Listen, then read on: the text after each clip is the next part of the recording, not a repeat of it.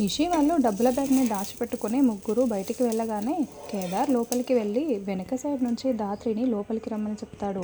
ఇక దాత్రి కేదార్ హ్యాండ్ బ్యాగ్ని మొత్తం వెతుకుతూ ఉంటారు. వాళ్ళకి కావాల్సిన బంగారు తాకట్టు పెట్టిన రిసిప్ట్ దొరుకుతుంది. ఈ రిసిప్ట్ తీసుకువెళ్తే మొత్తం అన్ని నిజాలు బయటికి వస్తాయి కేదార్ అని దాత్రి కేదార్ కేడీలుగా సేట్జీ షాప్కి వెళ్తారు. రామ్ రామ్ రండి రండి కూర్చోండి అని సేట్జీ అంటారు.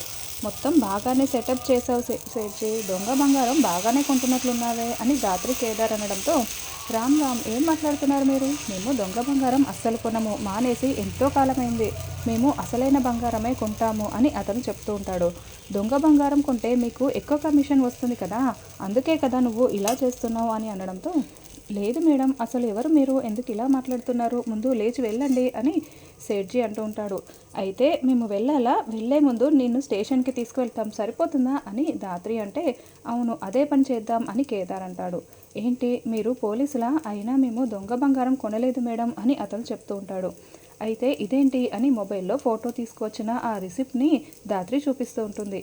అవును ఎవరో యువరాజు అతని భార్య వచ్చి బంగారం తాకట్టు పెట్టి డబ్బులు పట్టుకు వెళ్ళారు, ఇది మా రిసిప్టే అని అతను చెప్తాడు. మరి దొంగ బంగారాన్ని ఎందుకు తాకట్టు పెట్టుకున్నావని అంటే అది దొంగ బంగారం కాదు, మంచి బంగారమే అతను చెప్తాడు. వాళ్ళు అలాగే చెప్తారు, నువ్వు తెలుసుకొని కదా కొనాల్సింది, అలా దొంగ బంగారం ఎందుకు తాకట్టు పెట్టుకున్నావు, నిజం చెప్తావా లేదా అని వాళ్ళు నిలదీస్తూ ఉంటే రామ్ రామ్ మాకు నిజంగా తెలీదు, అది నిజమైన బంగారం అనే కొన్నాము, లేకుంటే మేమెందుకు తాకట్టు పెట్టుకుంటాము, మీరు ఏం చేస్తారో చెయ్యండి మేడం, నేను మీరు చెప్పినట్లే వింటాను అని అతను చెప్తూ ఉంటాడు. అయితే మేము నిన్ను స్టేషన్కి తీసుకువెళ్ళాం, కానీ నేను చెప్పినట్లు చేస్తే నువ్వు బ్రతికిపోతావు అని అనడంతో చెప్పండి మేడం ఏం చేయాలో చెప్పండి అని సేట్జీ అంటాడు. దాత్రి కేదార్ ఏదో ఒక ప్లాన్ చెప్తూ ఉంటారు. అలాగే మేడం మీరు చెప్పినట్లు చేస్తాము అని సేట్జీ అంటాడు. నేను చెప్పినప్పుడు చెప్పిన టైంకి నువ్వు అక్కడికి వచ్చేయాలి, ఓకేనా అని చెప్పి వాళ్ళిద్దరూ బయలుదేరి వెళ్తారు. ఇక నిషి వాళ్ళు డబ్బుల బ్యాగ్ పట్టుకొని దొంగలాగా మెట్లు దిగి వెళ్తూ ఉంటే ఎక్కడికి వెళ్తున్నారు అంటూ కౌశికి నిలదీస్తూ ఉంటుంది. ఇన్ని రోజులకి వీళ్ళు బొద్దు తెచ్చుకొని ఇల్లు వదిలి వెళ్ళిపోతున్నట్లున్నారు, వెళ్ళండి వెళ్ళండి, మంచి నిర్ణయం తీసుకున్నారు అంటూ సుధాకర్ అక్కడికి వస్తాడు. ఏందబ్బా మేము ఇల్లు వదిలి ఎందుకు వెళ్ళిపోతాము, నీకేమైనా పిచ్చి పట్టి మాట్లాడుతున్నావా అని వైజయంతి అంటూ ఉంటుంది. మరి బ్యాగ్తో ఎక్కడికి వెళ్తున్నారు పిన్ని అని కౌశికి అంటుంది. సిరి పెళ్ళికి కొన్ని వస్తువులు కావాలని నిషికి వాళ్ళు ఫోన్ చేస్తే నేను నిషి ఇద్దరం కలిసి తీసుకువచ్చి బ్యాగ్లో పెట్టుకొని తీసుకువెళ్తున్నాం అని యువరాజ్ కవర్ చేస్తూ ఉంటాడు.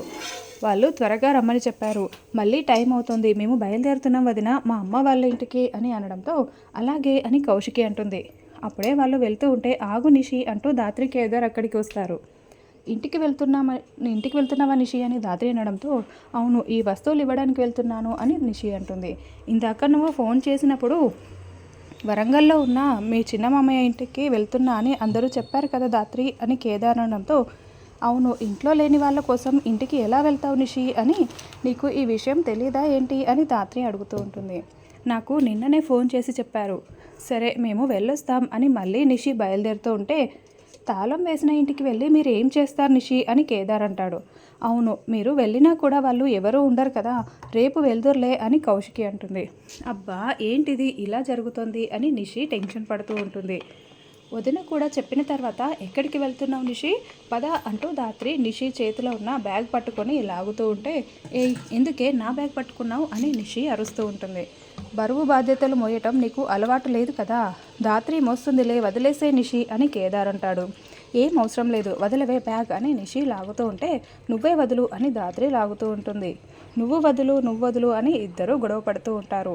ఇక దాత్రి కావాలనే బ్యాగ్ని గట్టిగా విసిరిపడేస్తుంది. దాంతో బ్యాగ్లో ఉన్న డబ్బు మొత్తం కింద పడిపోతుంది. ఇంత డబ్బా అని కాచి అంటే సిస్టర్ మీ అమ్మ వాళ్ళు వస్తువులు తీసుకురమ్మన్నారా లేకుంటే బ్యాంకును కుల్లగొట్టి డబ్బులు తీసుకురమ్మన్నారా అని ఆ డబ్బు చూపిస్తూ బూచి నిషిని అడుగుతూ ఉంటాడు.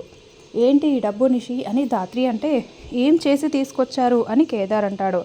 అది అడిగే హక్కు నీకు లేదు, చెప్పాల్సిన అవసరం మాకు లేదు అని యువరాజ్ అంటే ఇది మా డబ్బు మేము తీసుకువెళ్తే మీకు సమాధానం చెప్పాల్సిన అవసరం మాకేముంది అని నిషి అరుస్తూ ఉంటుంది. ఎందుకంటే ఇంట్లో నగలు పోయాయి కాబట్టి ఆ నింద వేరొకరిపై పడింది కాబట్టి నువ్వు చెప్పాల్సిందే అని దాత్రి అంటుంది. అంటే ఏం మాట్లాడుతున్నావు, నగల్ని మేమే కొట్టేసి తాకట్టు పెట్టి ఈ డబ్బుల్ని తీసుకొచ్చామని మాపై నింద వేస్తున్నావా, ఈ ఇంటి కోడలిపై ఈ ఇంటి వారసుడిపై నింద వేస్తున్నావా అని నిషి అంటే నేనేమీ మాట్లాడలేదు, అన్నీ నీకు నువ్వే మాట్లాడుతున్నావు. నిజం బయటపడే లోపలే నువ్వే నిజం ఒప్పేసుకో నిషి అని ధాత్రి అంటుంది. క్షమాపణ చెప్పి లోపలికి వెళ్ళు నిషి అని ధాత్రి అంటే, అక్క ఇది మా డబ్బు, నేను ఫ్రెండ్స్ని అడిగి అప్పుగా తీసుకున్న డబ్బు, కావాలంటే ఫ్రెండ్స్కి కాల్ చేసి మీతో మాట్లాడిస్తాను అని యువరాజ్ అంటాడు.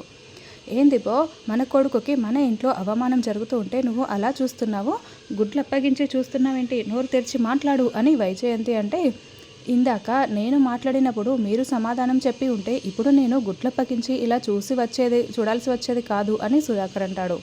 చూడక్క, ఫ్యాక్టరీ కొనడానికే ఈ డబ్బుల్ని అప్పుగా తీసుకున్నాం, నీకు చెప్తే వద్దని అడ్డుపడతావని చెప్పలేదు, కాబట్టి మమ్మల్ని అడ్డుకోకండి, పద నిషి అని యువరాజు నిషి మళ్ళీ వెళ్తూ ఉంటే, ఆగు నిషి, ఇప్పటికైనా నిజం ఒప్పుకో, నేను నిన్ను కాపాడుతాను, ఎవరు ఏమీ అనకుండా అని ధాత్రి వార్నింగ్ ఇస్తూ ఉంటుంది. ఏంటే ఏం మాట్లాడుతున్నావే, నేను ఆ నగలు కొట్టేశానని అనడానికి కానీ తాకట్టు పెట్టాను అనడానికి కానీ నీ దగ్గర ఏమైనా ఆధారాలు ఉన్నాయా అని నిషి అరుస్తూ ఉంటుంది. లేవు కదా, ఇంకా నోరు మూసుకొని ఉండు అని డబ్బుల బ్యాగ్ని పట్టుకొని పద యువరాజ్ అని వెళ్తూ ఉంటే అప్పుడే సేట్జీ ఎదురు వస్తాడు. ఈ సేట్జీ ఏంటి ఇప్పుడు ఇక్కడికి వచ్చాడు అని యువరాజ్ వాళ్ళు తెగ టెన్షన్ పడుతూ ఉంటారు. నిన్న జరిగిందేంటో చెప్పండి సేట్జీ అని కేదార్ అంటాడు. నిన్న ఈ యువరాజ్ సారు ఈ మేడము ఇద్దరు నగలు తీసుకుని వచ్చి నా దగ్గర తాకట్టు పెట్టి 3 కోట్ల డబ్బులు తీసుకొని వచ్చారు అని సేట్జీ చెప్తూ ఉంటాడు. లేదు, ఇతను అబద్ధం చెప్తున్నాడు అని నిషి యువరాజ్ అంటారు. అప్పుడు వెంటనే ధాత్రి సేట్జీ చేతిలో ఉన్న బ్యాగ్ని తీసుకొని నగలన్నింటినీ బయటికి తీస్తుంది. ఇవి అక్క నగలు అని కాచి అంటుంది. ఇక బూచి కౌశికి కూడా ఆ నగల్ని చెక్ చేసుకొని చాలా కోపంగా నిషి వాళ్ళ వైపు చూస్తూ ఉంటారు.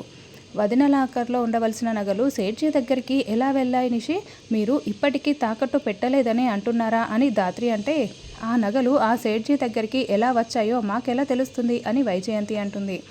నిజంగానే ఈ నగలు మీ దగ్గర తాకట్టు పెట్టారా సేట్జీ అని కౌశికి నిలదీస్తూ ఉండడంతో, అవును మేడం, నిజంగానే తాకట్టు పెట్టారు, అవి అసలైన నగలు అయి ఉంటే నేను ఇలా వచ్చి ఉండేవాడిని కాదు, వీళ్ళు గిల్ట్ నగలు నా దగ్గర తాకట్టు పెట్టి 3 కోట్ల డబ్బులు పట్టుకువచ్చారు, అందుకే వీళ్ళ నగలు వీళ్ళకి ఇచ్చి నా డబ్బులు తీసుకువెళ్ళటానికి వచ్చాను అని సేట్జీ చెప్పడంతో యువరాజ్ నిషి వైజయంతి షాకింగ్గా వింటూ ఉంటారు.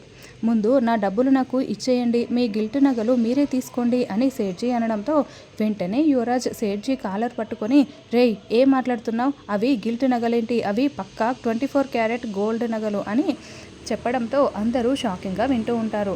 ఏందయ్యా సేట్జీ, నువ్వు గిల్ట్ నగల్ని మాకు ఇచ్చేసి అసలైన నగలు నొక్కేసి డబ్బులు కూడా పట్టుకెళ్దాం అనుకుంటున్నావా అని వైజయంతి కూడా నిజం చెప్తూ ఉంటుంది. అత్తయ్య మీరేం మాట్లాడుతున్నారు అని నిషి చిన్నగా సత్తడానికి ట్రై చేస్తూ ఉంటుంది. నిజం నిచ్చి వీళ్ళ నోటితోనే వీళ్ళే చెప్పారు, మీరు నగలు తాకట్టు పెట్టారని వీళ్ళిద్దరూ నిజం చెప్పారు, ఇంట్లో వాళ్ళందరికీ తెలిసిపోయింది అని ధాత్రి అంటుంది.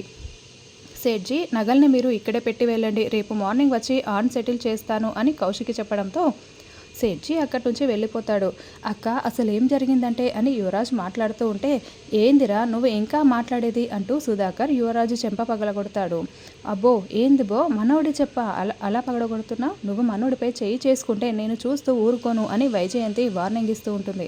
అప్పుడు సుధాకర్ చాలా కోపంగా, అవునే కొట్టాల్సింది వీణ్ణి కాదు, వీణ్ణి వెనకేసుకు వస్తున్నావే నీ చెంప పగలగొట్టాలి అని ఒక్కసారిగా సుధాకర్ వైజయంతి చెంప పగలగొడతాడు.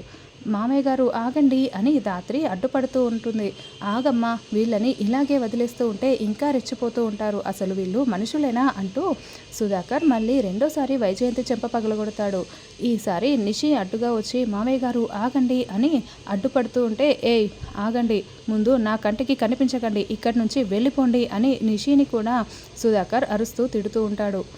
ఏంటి ఆడపిల్ల మీద ఈ దొంగతనం నిందని ఎలా మోపారు, మీరు నగలు కొట్టేసి మళ్ళీ పైగా ఇలా మాట్లాడుతున్నారు అని సుధాకర్ అంటూ ఉంటాడు. ఏంటి యువరాజ్, నా రక్తం నా ఇల్లు అని మాట్లాడుతూ ఉంటావు కదా, కాచి కూడా ఈ ఇంటి ఆడపిల్ల, నీకు చెల్లి కాదా, నువ్వు మరి కాచిపై ఎలా నింద వేశావు, ఈ ఇంటి అల్లుడిపై తప్పు చేసి కూడా ఎలా చేయి చేసుకున్నావు అని కౌశికి నిలదీస్తూ ఉంటుంది. నీకు డబ్బు కావాలంటే నేను ఇస్తాను కదా అని కౌశికి అంటుంది. వీళ్ళు ఎన్నిసార్లు తప్పులు చేస్తున్నా మనం క్షమించి వదిలేస్తున్నాం కదా కౌశికి, అందుకే వీళ్ళు ఇలా తప్పుల మీద తప్పులు చేస్తూనే ఉన్నారు, కాబట్టి ఈ తప్పుకి వీళ్ళకి ఖచ్చితంగా శిక్ష పడి తీరాల్సిందే అని సుధాకర్ అంటూ, నగల దొంగ దొరికాడు, ఇప్పుడే పోలీసులకి కాల్ చేసి అరెస్ట్ చేసి తీసుకువెళ్ళమని చెప్తాను అని కౌశికి ఫోన్ చేస్తూ ఉంటుంది.